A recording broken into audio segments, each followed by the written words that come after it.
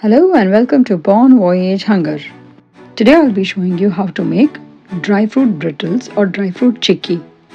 Let's take a look at the ingredients for this preparation. Let's start making the chikki now. We will first dry roast all the dry fruits one at a time. The reason why we are roasting them separately is because every dry fruit has a different roasting time and we don't want to over roast any dry fruits.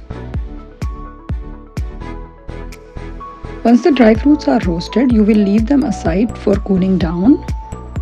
Once the dry fruit cools down completely, we need to semi-crush them. You can either do it in a mixer grinder using a pulse mode because we don't want very fine powder of the dry fruits.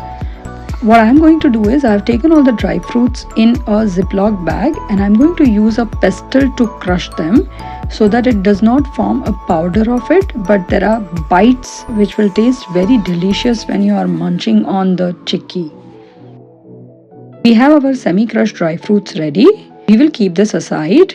In a thick bottomed pan, take sugar and start heating up the sugar on a medium flame. Make sure you don't stir the sugar until it starts melting from the sides. Once it starts melting, you will slowly start mixing in the sugar and stirring in from the sides so that the entire sugar melts completely. Break any lumps which you see on the sugar. At this stage, we will add just a pinch of salt which will enhance the flavor of the chikki. Add saffron strands and cardamom seeds and keep stirring it to infuse the flavors. Keep breaking the lumps of the sugar and make sure it's melting completely.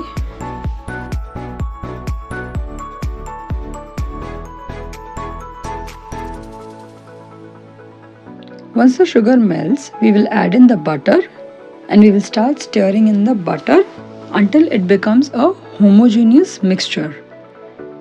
You see the butter has started bubbling up. Keep mixing it. Once the mixture becomes homogeneous, we are going to add in our dry fruits.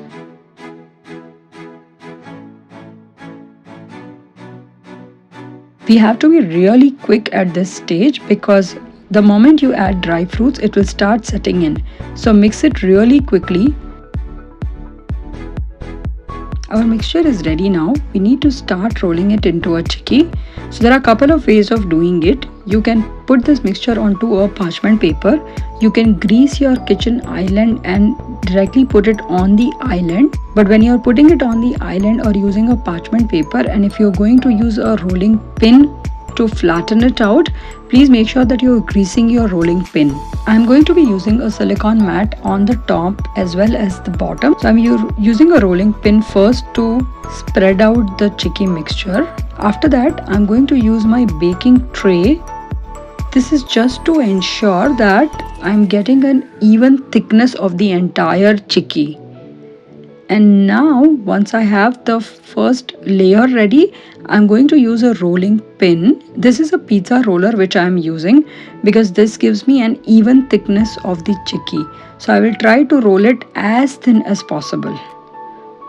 Our chikki is not going to be very thin because it is a dry fruit chikki and there are dry fruit pieces. It will not be extremely thin, but it is going to taste delicious and it's going to be very crunchy. Once the chikki is rolled, let it rest and completely cool down. And once our chikki cools down, we can make rough pieces of the chikki like this and we can break the entire chikki. You can store this chikki into an airtight container for up to 3 to 4 weeks. Please do try this recipe and let me know in the comments how you liked it. Subscribe to my channel for more recipes. Thank you for joining me on this journey today.